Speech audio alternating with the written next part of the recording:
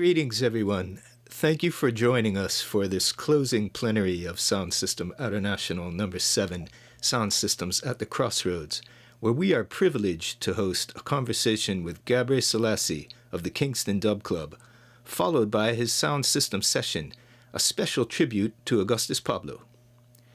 Gabre, welcome to SSO 7. Our audience is joining us online. Please tell us something about where you are right now, this scene that we're seeing. Yeah, man. Greetings, David, and everybody out there watching. Yeah, we're now broadcasting from Jacks Hill, the hills of St. Andrew. This is the Kingston Dub Club. Now, the Kingston Dub Club is a unique space in Jamaican sound system culture that is now internationally renowned. Yet for many, the man behind it is something of an enigma. So to begin this closing plenary for SSO 7, I'd like to simply ask, who is Gabre Selassie? Well, just as the name suggests, Gabre Selassie is an Ethiopian Orthodox name that means servant of the Trinity, So I guess that is what I am, I'm just a servant. I'm just a humble disciple of the music, Identity has always been an important concept of interrogation for Sound System Outernational. We're aware of the importance of geographical space and social location. And indeed, the panel that we held yesterday was titled Space, Place, and Belonging. So can you please tell us a little bit about your own personal background? We come up like in what I call a middle class family, and yeah. So my family, a lot of my family used to, them is like original Chinese shopkeepers.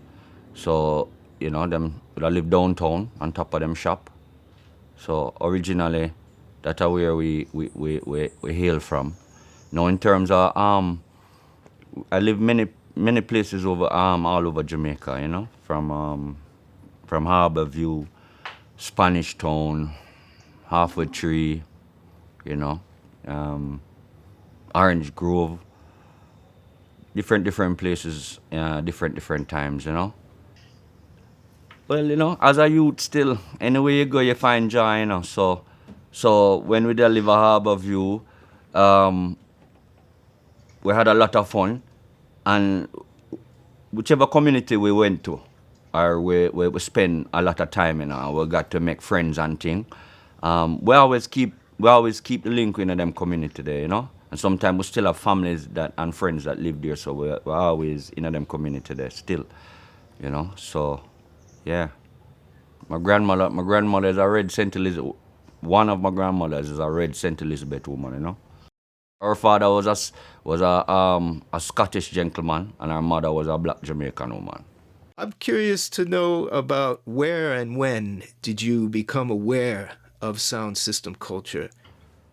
Well, we started to play music, from in our house from an early age. We did love music, and things. So we started to play music from there. But being so young, we never know about sound system culture, Just growing up now, going when you start leaving prep school, going into high school, you start go to some fetes, the high school fete them, and barbecues and class parties. But those would normally be like somebody bring a little system from them home, and you keep a little class party, And then coming up older and starting to go out to parties now. We would go parties from the dances in the ghetto to dances in the country to uptown party, Yeah, man. You said you started out by playing at home.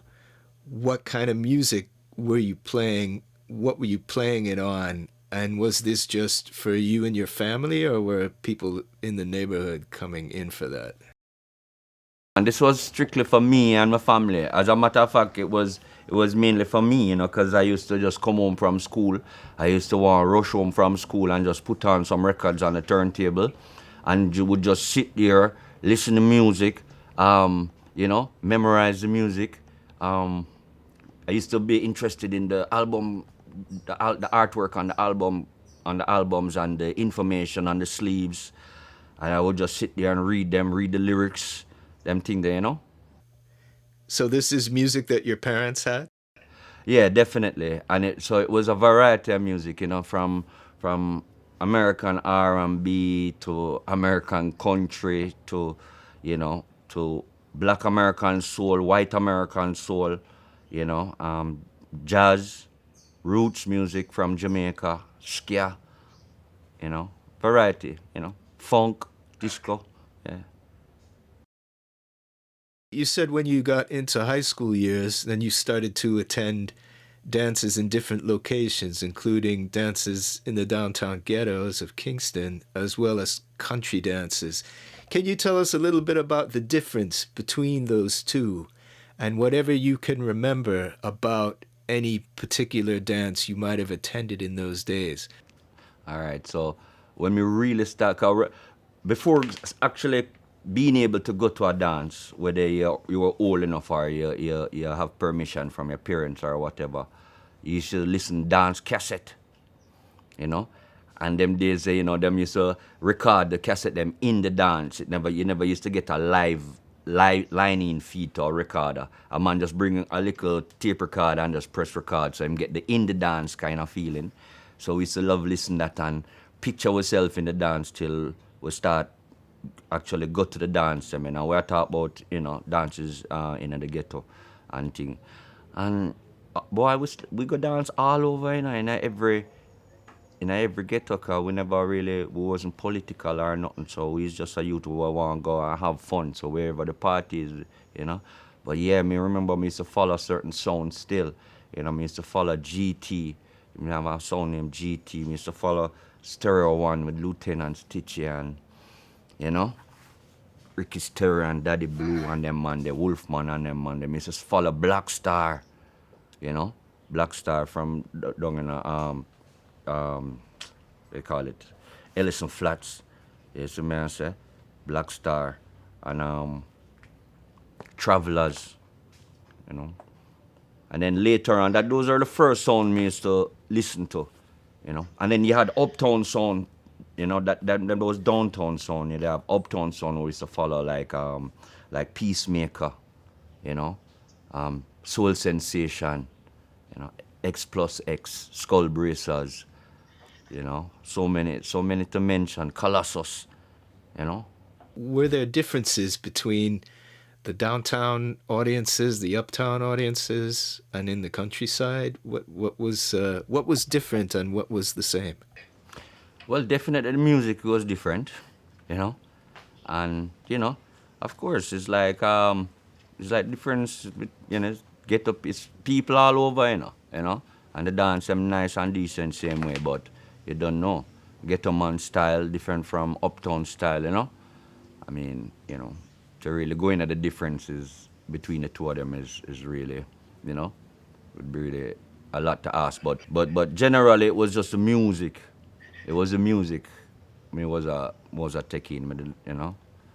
So sometimes you feel for uptown flex, you go listen to uptown sound, and then you know, of course, you know, you want to find some girls same way. So, well, you know, yeah, man. Okay.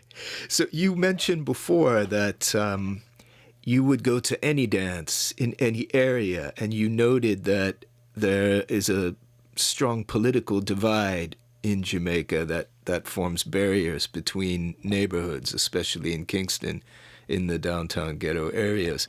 Yeah, man, sure, because me never really feel no kind of prejudice, whether it be class prejudice or racial prejudice when me go dance, you know. Yeah, man.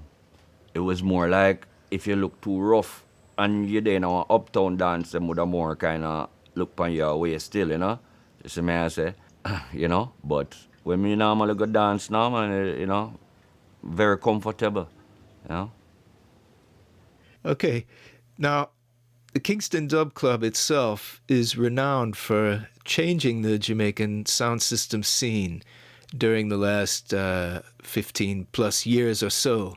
And you made this shift, or you helped enable a shift, largely by playing roots and culture music, message music, and dub music.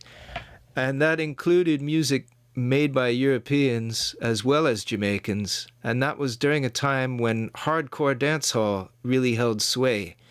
But you once described that in your own early days of involvement in sound systems, you worked more as a party selector. You used to be playing the latest dancehall hits. Is that correct? All right, so when we just started to play sound system, it's like I went to a party one time and I saw the Virgin them there and they was playing and they was using two decks. This was an uptown party because ghetto sound never really start use two decks till a couple years after. It's them usually use one turntable in the ghetto, but uptown thing now them dealing with the mixing of the music. And so yeah, the two turntable thing come in with the mixer.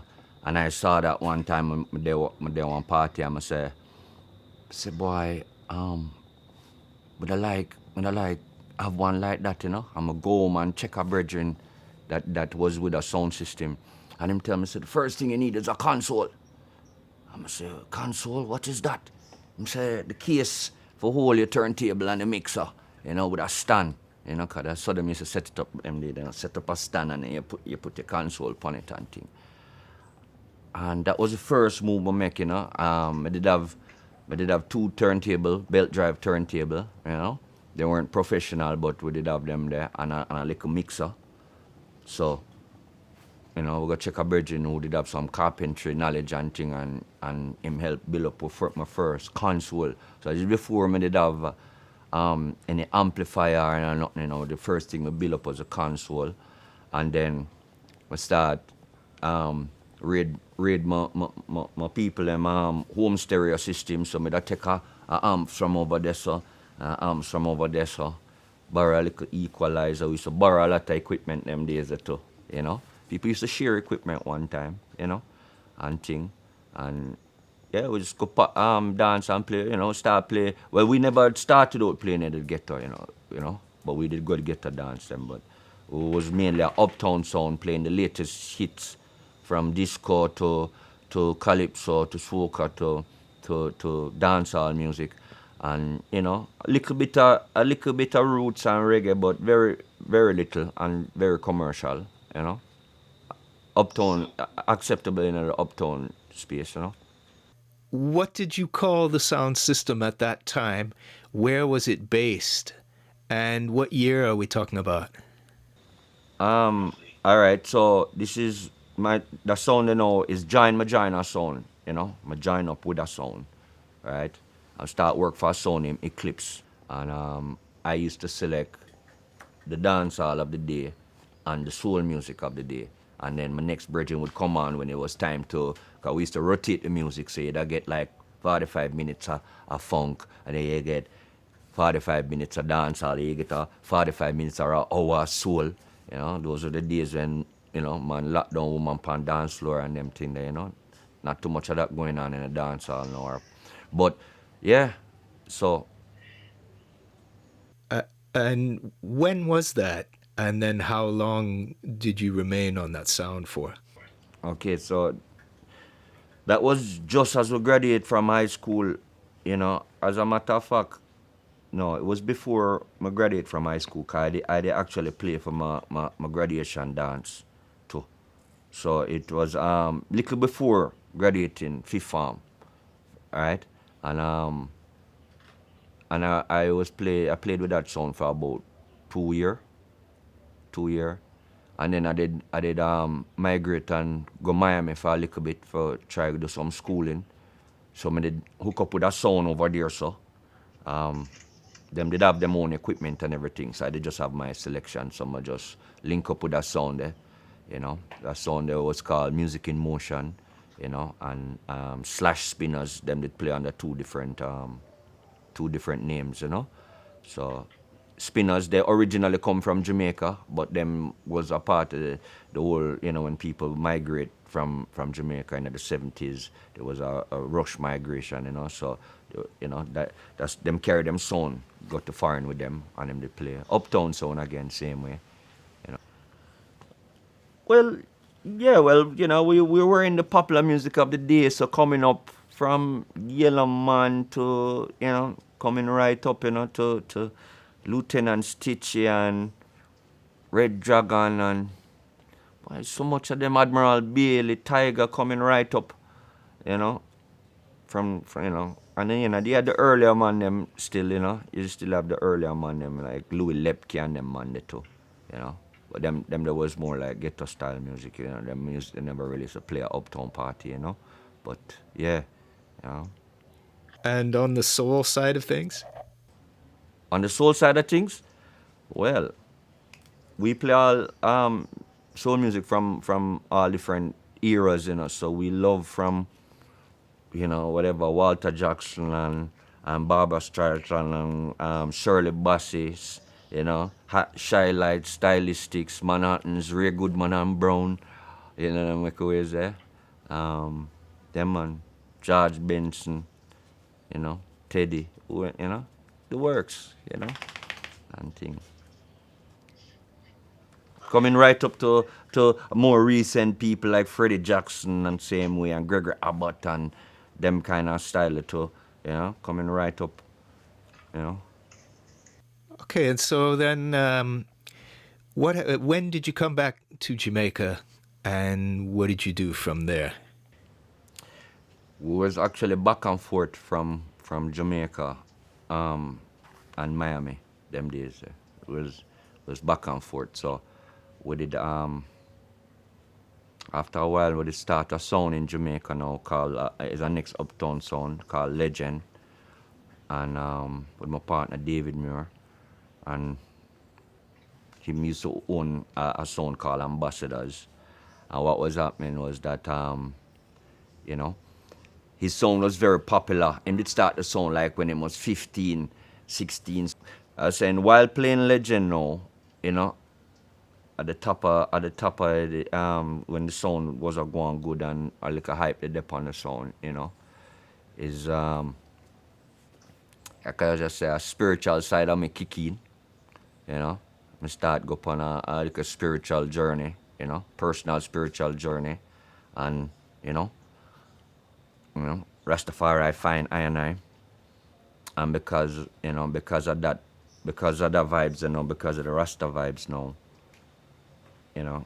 it kind of take time and come out of the dancehall thing. I never really feel comfortable with some of the music we Moza play. And at that time, things would kind of really, you'd always have one and two little slap music coming up from way back when, but there was a time when it did really start get away, within slackness in the dance hall and gun thing in the dance hall, it really start get away. So we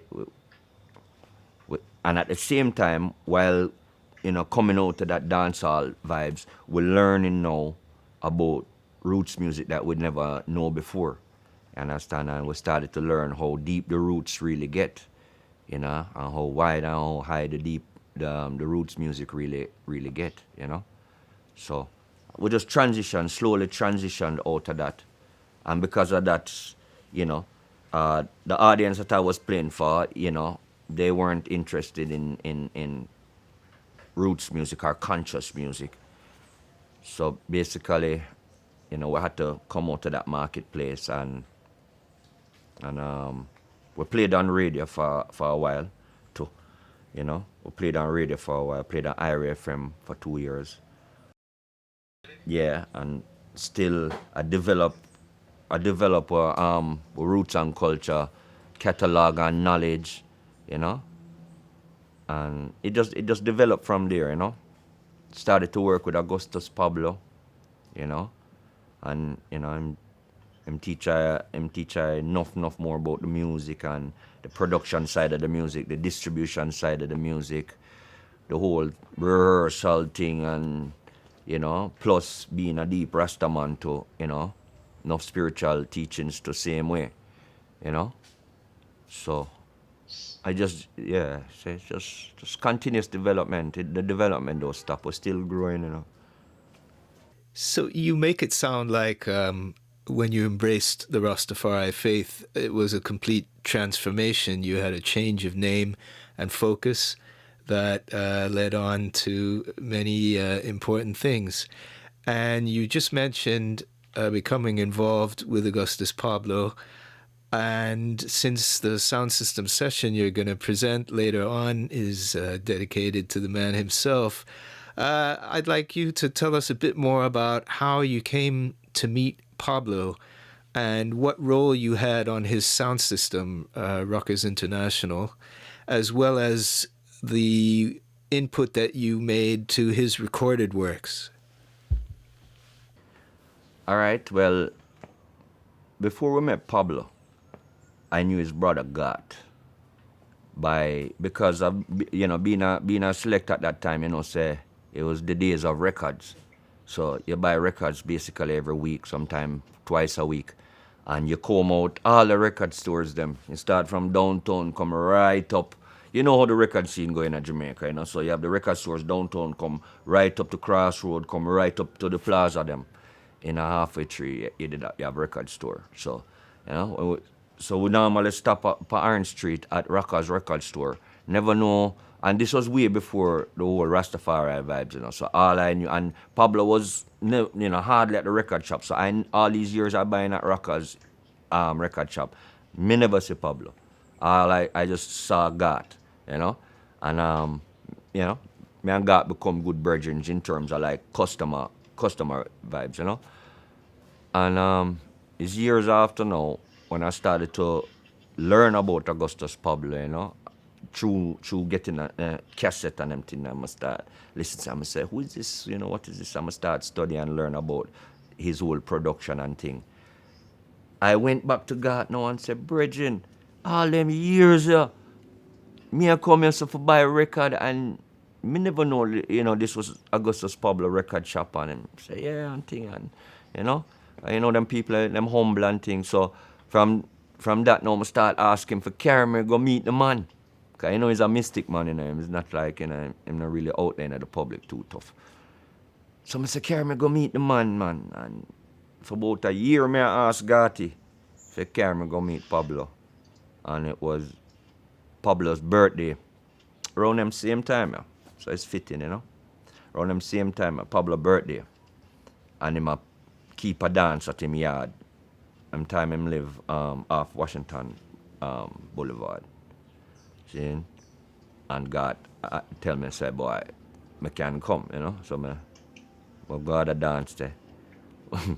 And Pablo have the sound in him yard, Rockers sound station, Rockers International, right?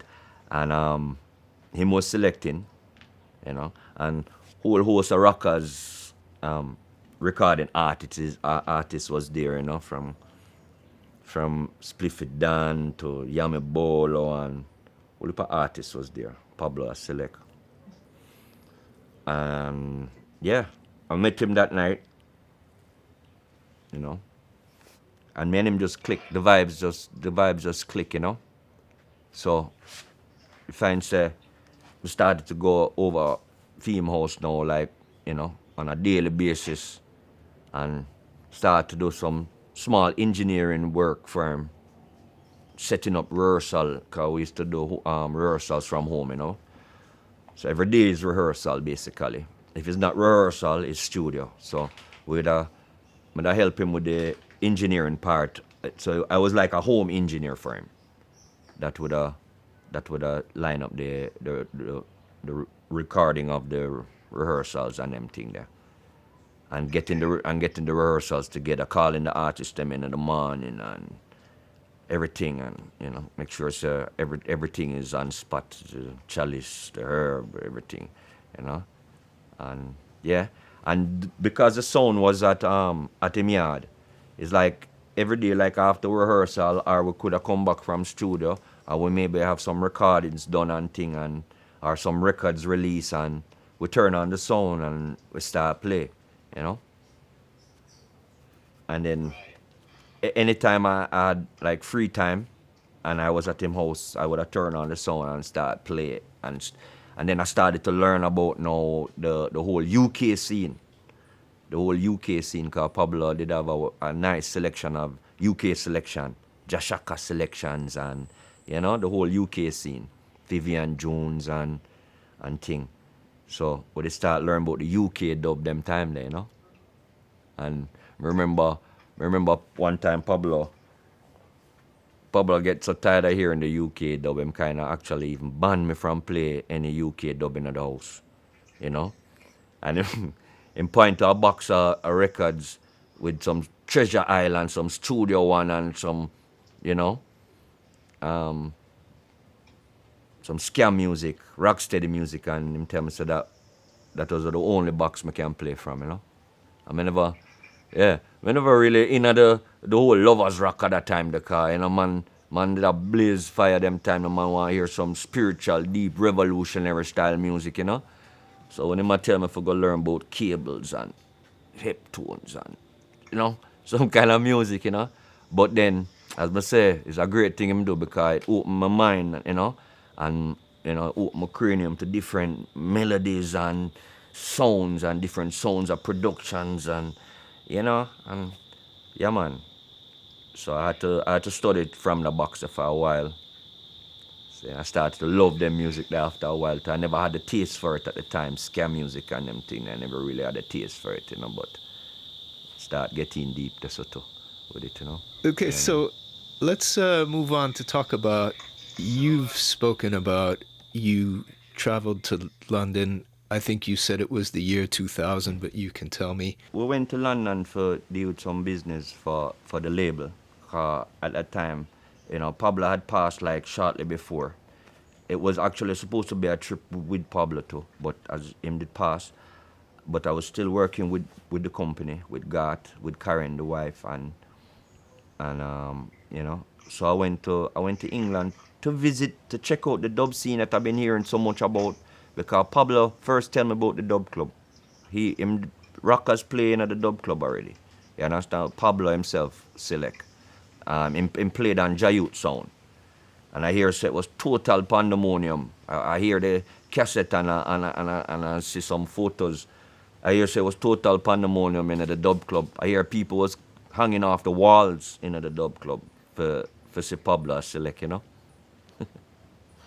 So so we went to England to check out that whole scene, and to conduct some business for the label and for the record shop. So, we carried up some music too. Some vinyl. We carried up some vinyls and some merchandise for trying get them sold in England. And while we were there, we never hesitate to try check out every dance that we could have check out. So I went to the dub club in London, and I forget which song was playing. Could it be Marcus the Conqueror or something another Marcus? Two songs was playing. And the dance never really go on good, but me did well excited still, because I don't really need to say I crowd my life as a sound system and hear music when I never hear before. So, so we did get that to the fullest, because them was playing mainly, them sound there was playing mainly UK, steppers style, and I love that, so it was just nice being there, and thing. We try to go every dance we could have possibly go. So every night we go check out enough different sound. So while I was there, I did check out Shaka a couple times, Abba Shanti a couple times, Channel One, Holy Person, Roots Thing, Jayut, Whole person. Can't remember everyone, but yeah. So the music scene just full me up, man. Me's a music man, so you don't know. London is like the capital of the world when it comes to music in any genre. So we was just excited to be there and be meeting all of the people that we've been a hear about, and that we listen to on cassette and them with them music and things. So yeah, we did the rounds there. So we gathered up a couple pieces of equipment. The first time, you know, I hold on a preamplifier, you know, for rockers back here in Jamaica. Some of the, you know, was on that business too. You know. Got a preamplifier made from a brethren named Lincoln. Not alive anymore, you know. So rest up in Zion Lincoln. Yeah, well. You just mentioned your preamp, and we had a question come through about running your sound through a UK-built preamp, which are very popular in Europe and other parts of the world, but most sounds in Jamaica use different equipment. And in fact, it's been suggested that yours could be the only sound system in Jamaica using a UK-built preamp. Can you tell us again about why you were inspired to get that preamp, who you got it from, and what are the pros and cons of using that preamp? Yeah, all right. So, well, of course, as a reggae historian such as yourself, you know that originally the whole preamp thing and self-built amplifier for sound system originated in Jamaica, you know. So it's like the London man them kept up that tradition there when the Jamaican sound started to fade into a more phase of ready-made equipment instead of customized equipment.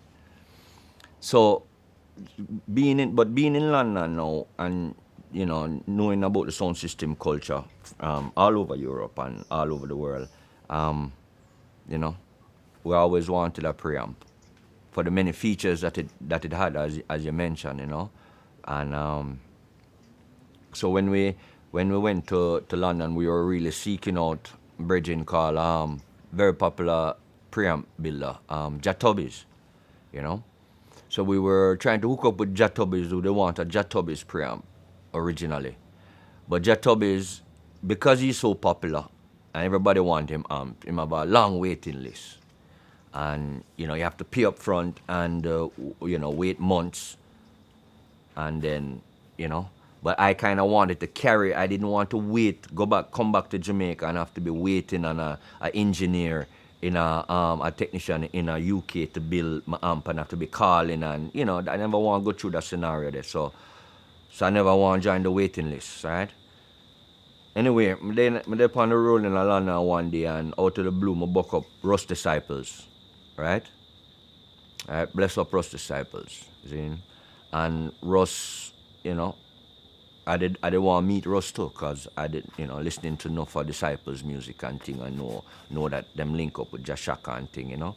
So anyway, I met Russ. It was a pleasure. And then him said to me, boy, if Toby is busy, then our next brethren that is good, name Lincoln. So him give me the link upon Lincoln, and Lincoln is a youth. I don't think him born in Jamaica, but him definitely have Jamaican heritage. Like him parents is Jamaican and thing, you know. And him is a technician, and him have a sound system too. So I check him.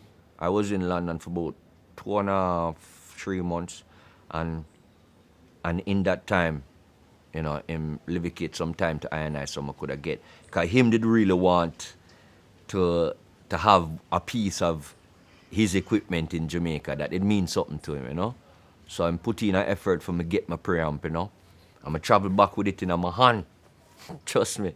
Travel back with it in my hand. And you know, back then, you know, enough duty upon equipment, you know, when you come to Jamaica. In terms of pros and cons, playing the preamp in Jamaica there's no cons, you know. I love my preamp. You know, and yeah, my sound, I can't play a song without my preamp right now. Right now, the sound systems out the road, them sound very generic.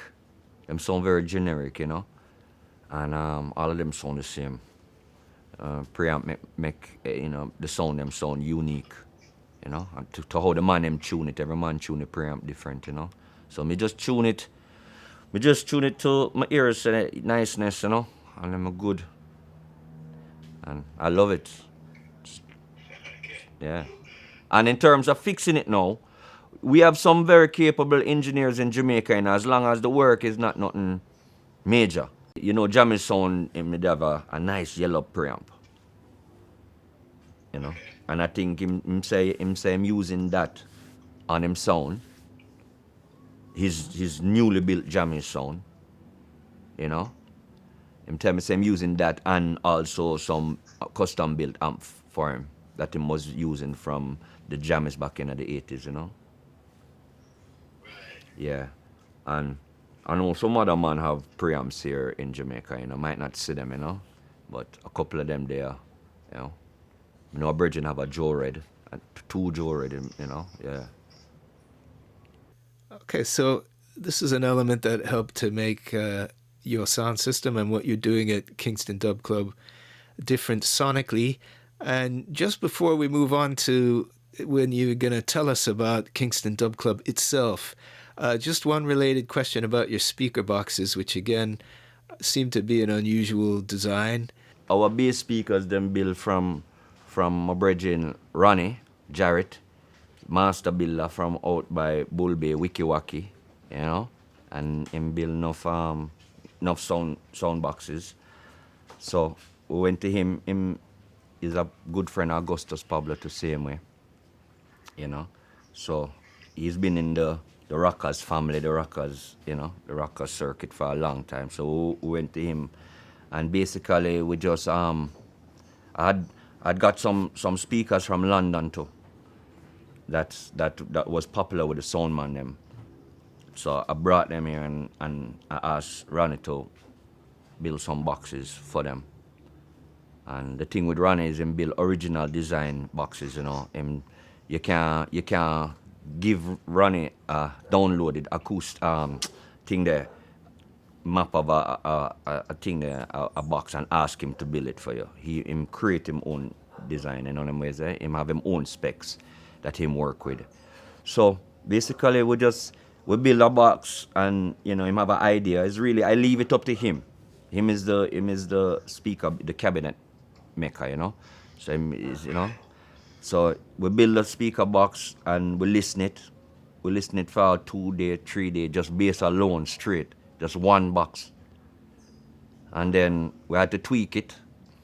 You know, it wasn't giving us what we did want. Cause I tell Ronnie, I said, no man, when me there England, Bridging, them speaker you deliver much more than what me I hear you so. And we tweak it, and we tweak it about 2-3 different times. We had to build like 3 different boxes until we finally find a cabinet that matched the speaker, you know, in every way. And then we build 4 of them, which is these single 18s on the side here, right? And then now the bass box behind me as well, the blue one, is our next mad scientist idea Ronnie did have, where it's actually 2. It looks like one box, but it's actually 2 boxes that are put together and made to look like one box.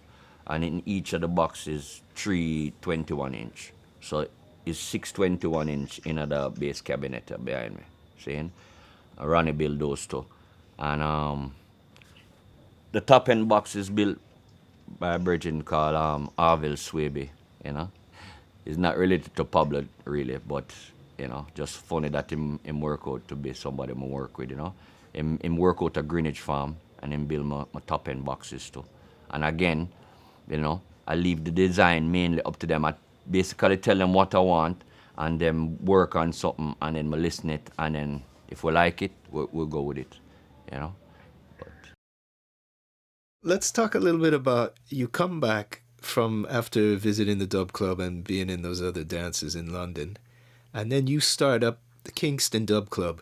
But I think you said in its early days, first of all, you held a kind of a roots night at some different venues over a period of several years.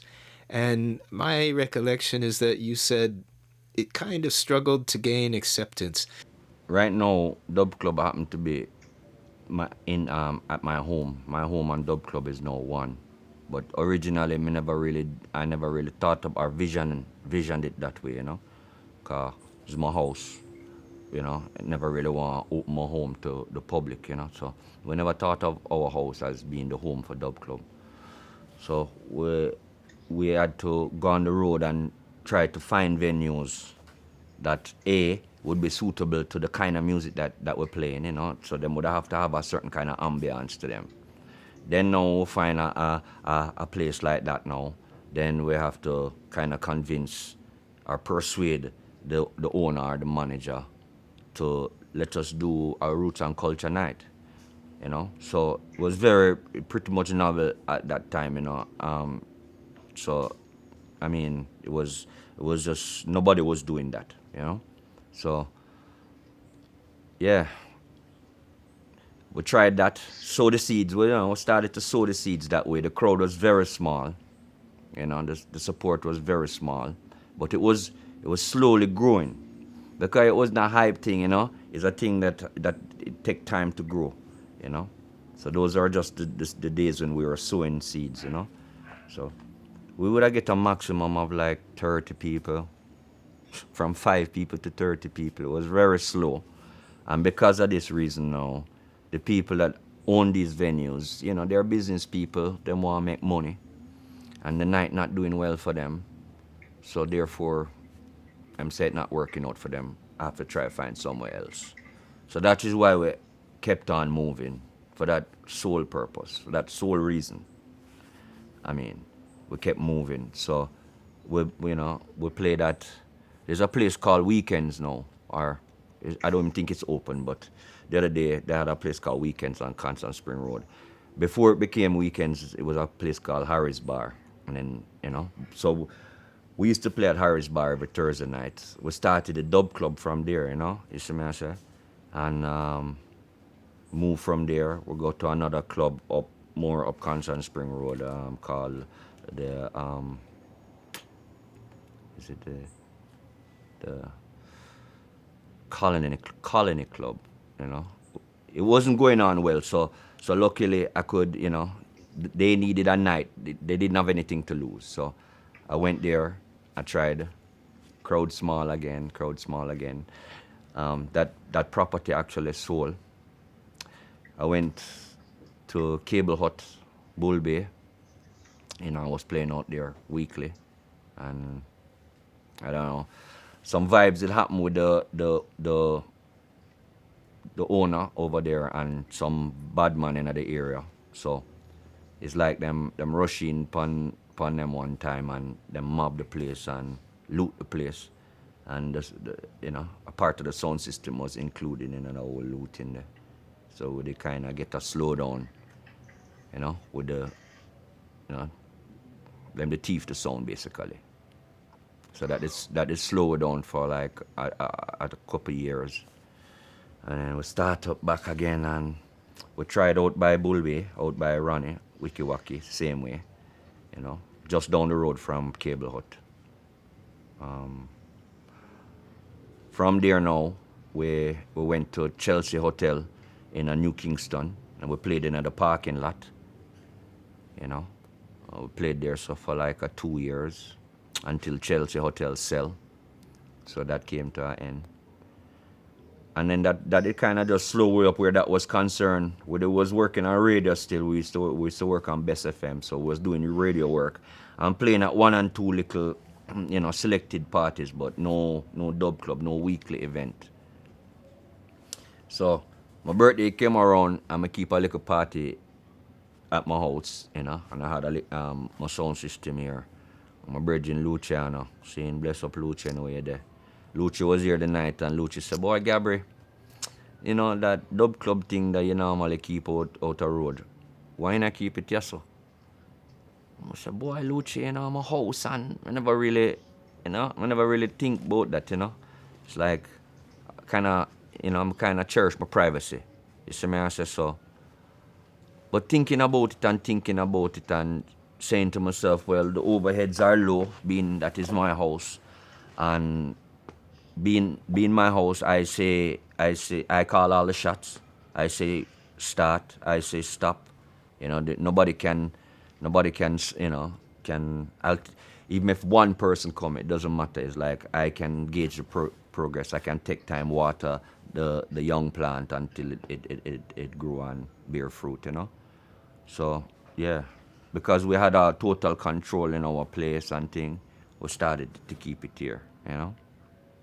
So that's why Okay, it. and so I remember that in the early days of having the sessions up at Skyline Drive at your home, again, the audience was relatively small, but it just began to grow and grow. And part of that process was that you attracted these important musical figures, including established veterans like Earl Chinna Smith, Kidusai, the Congos, just to name a few.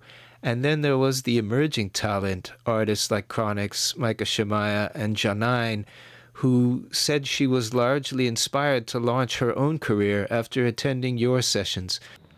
Well, the foundation artist, you know, because you know we work amongst Pablo for so many years, you know, and you know work on the radio and thing. So we get to know people, you know, in the music industry, from musicians to different producers to artists and thing. And yeah, so them and them a virgin from a long time, from before the Dub Club. So them come and show them support, you know, and thing. The young artists them now was like, you know, Chronix Janine. I met Janine when she was actually doing jazz. She was doing jazz. She sounded very nice doing jazz, you know. Um, and she was working with Seretsi Small and doing some little jazz gig around the place. Seretsi have a band with young talented musician, you know. And yeah, and then meeting her and me and her click and get along, you know, start to introduce her to some dub music, and then she's saying that maybe she want to do some of her style, some poetry and dub and them thing there, you know. And same at the same time Dub Club is slowly growing, and you know, she used to come every Sunday, and then she, you know, a group of them would come, you know, even Protege and, you know, Chronix, and them, it would just be a hangout spot before. It was years after, you know, and you know, when individually them grow and bust and mature, that them even come here to perform, you know. They used to just come here and chill, hold a corner and just go on easy and hold a meditation, listen to some music and easy, you know.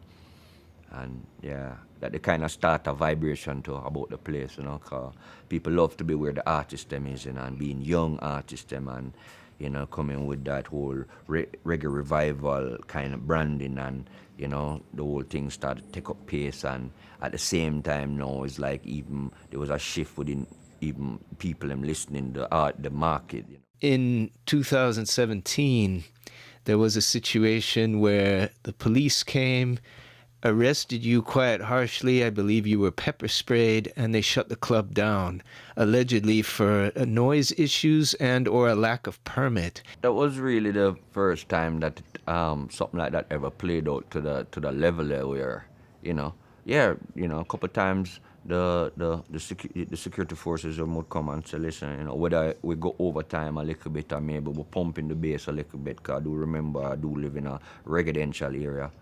See me I say, although most of my neighbors are reggae, so we give thanks, you know, a lot of artists and musicians live, you know, around and about in this neighborhood. So we call it Reggae Mountain, you know, as well. And but that night now, this the police came here, and they said they came on a noise complaint, you know. So them asked me for my permit. And I had obtained a permit, but I didn't get to pick it up from the police. You know, you can only pick it up on a Friday afternoon at 4 o'clock or after 4. So, you know, Friday in a Kingston at 4 o'clock is, you know, enough traffic and things. So I never get to pick it up the Friday. So I talk to the police and tell me, say, all right, don't worry yourself, it's there. And if any body need to know, you can have them call down at the station and them can verify it, you know. So I was explaining that to the police. And he was telling me that, well, from I don't have it in hand, I don't have it. And I'm telling him, boy, just make a phone call to halfway through and find out. So I'm never wanted that, you know. So I'm there now, and I kind of getting a little heated under the collar now, cause, you know, them set some rules for you to follow, and you follow the rules, and you still can't, it can't, cause it wasn't curfew time yet, or it wasn't lock off time yet, so it was way before lock off time. So he was telling me to lock off the sound. And I was telling him, no, I'm not going to lock off the sound because I have my rights to play the sound. I have a permit and everything called down at half a tree. And him insisting that I turn off the sound. So in the meantime, you know, we get a little heated, as we say. And we start talk a little loud, and egos flared. My ego flared, his ego flared, and I tell him, say, I'm not locking off the sound, and that was just the end of that. I'll go back around my sound and continue to play. I don't know, maybe that was rude. Maybe we could have handled it different. But yet still, that's how it go. Him leave, him come back with a whole troop of police, and them come down and blue suit man, and them never asked no question. I did have a special guest playing here, my brethren Lion Trod, and them just come and slam down him computer and start pepper spray away right away, I said, boy, I talk about, lock off the sound and take them, drag me up the steps, so a whole heap of steps to come down, so, can't see nothing under the pepper spray, and them drag me out by my pants loop to blow, stuff me in the vehicle and carry me down a station and thing, and then, I did get bail that same night and get a court date. And the following morning now, I did get called to a meeting down at halfway tree with the senior superintendent of police at the time. Alright, and I went down there and was explaining to him what had happened. And him asked for the list of everybody that got permits that weekend, and my name was on the list, So basically, I was in my right and thing, and as I say, his egos and tempers flared, understand? And we don't really want to go around and give the security force a bad name, Them have them work for do too. Them have them work for do, and if these laws wasn't laws, them wouldn't get to enforce them. So, and them can't change laws. So it's really this, the laws need to be amended and adjusted and thing, because and I believe that work is happening in that field too, where them looking at and them thing and trying to adjust the thing to make it more comfortable for people. In this Sound System Outernational number 7, we've been looking at the pandemic and as it has affected sound systems around the world. So I'm aware that you were holding socially distanced sessions at the Kingston Dub Club, allowing the event to continue on Sunday afternoons until a 2 p.m. curfew was imposed. So tell us about what you see for the future for Kingston Dub Club, and especially after you've been stimulating these artists to break and further their careers. How are you going to be approaching Kingston Dub Club in this kind of post-pandemic universe? Well, we're trying our best to keep the boat floating, so and try to move within the space and times that them give us. So we were, before the curfew became 2 o'clock on a Sunday, we were working with the Sunday afternoons up until like 7, because I believe the curfew was 8 the last time, So we went up to 7. And that was going on fairly well too, because Dub Club have our vibes, whether it's in the night or in the day. And when we start from in the day and go into the night, there's pros to it, When you start from in the day going to the night and somebody's here for the whole journey, them get to experience the daytime vibes and the nighttime vibes, So that was going on good. As a matter of fact, people were saying maybe even if and when things get back to a quote-unquote normal, we could have keep the daytime vibes the same way, because people seem to like it. Because of that now, and because there's no permits issuing for events anymore, I had to scale down the whole thing to basically a bar with a kitchen and a small system around by the bar.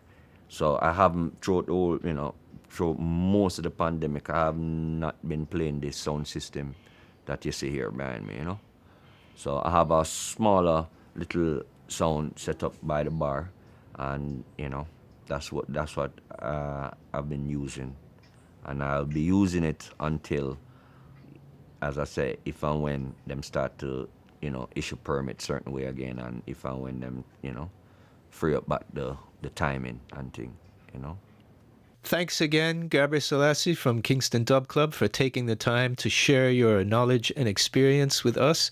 Thanks to everyone on the Sound System Outernational number 7 organizing team. Thanks to the film crew for your sterling work. And everybody, stay right there, because we are handing over to Gabre for his special tribute to Augustus Pablo.